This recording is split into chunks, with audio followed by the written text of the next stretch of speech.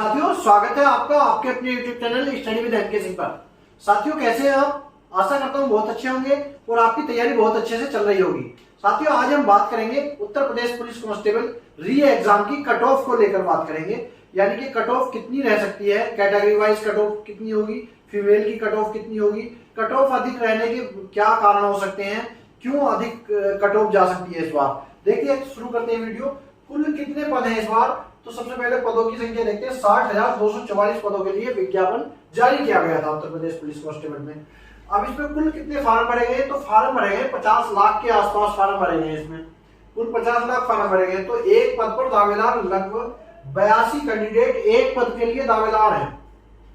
अब इसमें safe score की बात करें तो देखिए, सेफ स्कोर कितना भी जाए, अभी आपके पास पर्याप्त समय है, 20-25 दिन का समय है। इस बीच में आप अपनी तैयारी को और अच्छे से कर लीजिए। यानी कि जो सब्जेक्ट वाइज आपको हमने वीडियो बनाई है, उस आधार पर जो टॉपिक दिए हुए हैं, आप एक एक सब्जेक्ट को 3-3 बार रिपीट कर लीजिए।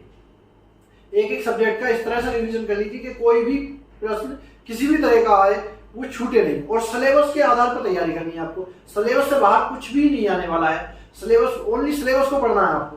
तो देखिए, स्कोर कितना रह सकता है सेफ स्कोर, जहां पर रहने पर आपको जो है कट ऑफ में आने के पूरे चांस रहेंगे। देखिए, यदि अनरिजर्व कैटेगरी के मेल की बात करें तो 228 से 235 के बीच सेफ स्कोर है। अगर इतने नंबर आपके आते हैं, 228 से 235 के बीच है, तो सेफ स्कोर माना जाएगा। और फीमेल कैंडिडेट के लिए ये स्कोर 210 से 215 के बीच होना चाहिए। ईडब्ल्यूएस कैंडिडेट है तो 225 से 230 के बीच कट ऑफ जाने के चांस है। और फीमेल कैंडिडेट है ईडब्ल्यूएस में तो 208 से 212 कैंडिडेट 212 नंबर के बीच। ओबीसी कैंडिडेट के लिए 225 से 230 नंबर आने के पर कट ऑफ आने के चांस है। और ओबीसी फीमेल है तो 205 से 210 के बीच। एससी की बात करें तो एससी में मेल कैंडिडेट के लिए 190 से 200 के बीच, 200 नंबर के बीच। और फीमेल कैंडिडेट के लिए 170 से 180 नंबर के बीच।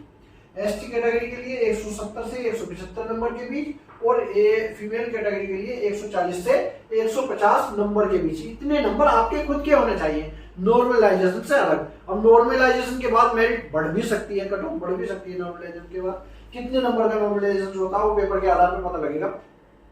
तो देखिए, कट ऑफ बढ़ने के क्या कारण है। देखिए, पिछली बार से कट ऑफ इस बार ज्यादा जाने के क्या क्या कारण हो सकते हैं।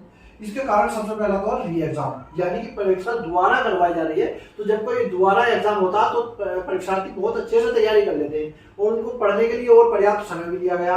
6-7 महीने का समय एक्स्ट्रा मिल गया तो तैयारी और अच्छे से कर पाएंगे। और दूसरी बात है, एसएससी जीडी का जो रिजल्ट आ गया है, आपको पता होगा, तो उत्तर प्रदेश में जितने भी परीक्षार्थी एसएससी जीडी में सिलेक्ट हुए हैं, अभी वो तब तक ट्रेनिंग को तो पहुंच नहीं पाएंगे। तो उससे पहले अगर परीक्षा हो रही है तो वो परीक्षा में जरूर बैठेंगे, भले ही वो उसमें ज्वाइनिंग ले या इसमें ज्वाइनिंग ले, वो उनके ऊपर बात है, लेकिन परीक्षा में जरूर बैठेंगे। और परीक्षा में बैठेंगे, वो सिलेक्टेड कैंडिडेट हैं, उनकी तैयारी अच्छी होगी, वो रिजल्ट को और ऊपर बढ़ा देंगे, यानी कि मेरिट बढ़ा देंगे। एज में छूट, अच्छा इस बार एज में भी छूट दी गई थी। जब एज में छूट दी गई थी तो कुछ अभ्यर्थी ऐसे भी हैं जिनकी तैयारी पहले से बहुत अच्छी चल रही थी और ओवर एज होने के कारण वो बाहर हो जाते, लेकिन ओवर एज में छूट देने के बाद वो इसी परीक्षा में बैठे तो वो भी मेरिट को बढ़ाएंगे। धन्यवाद।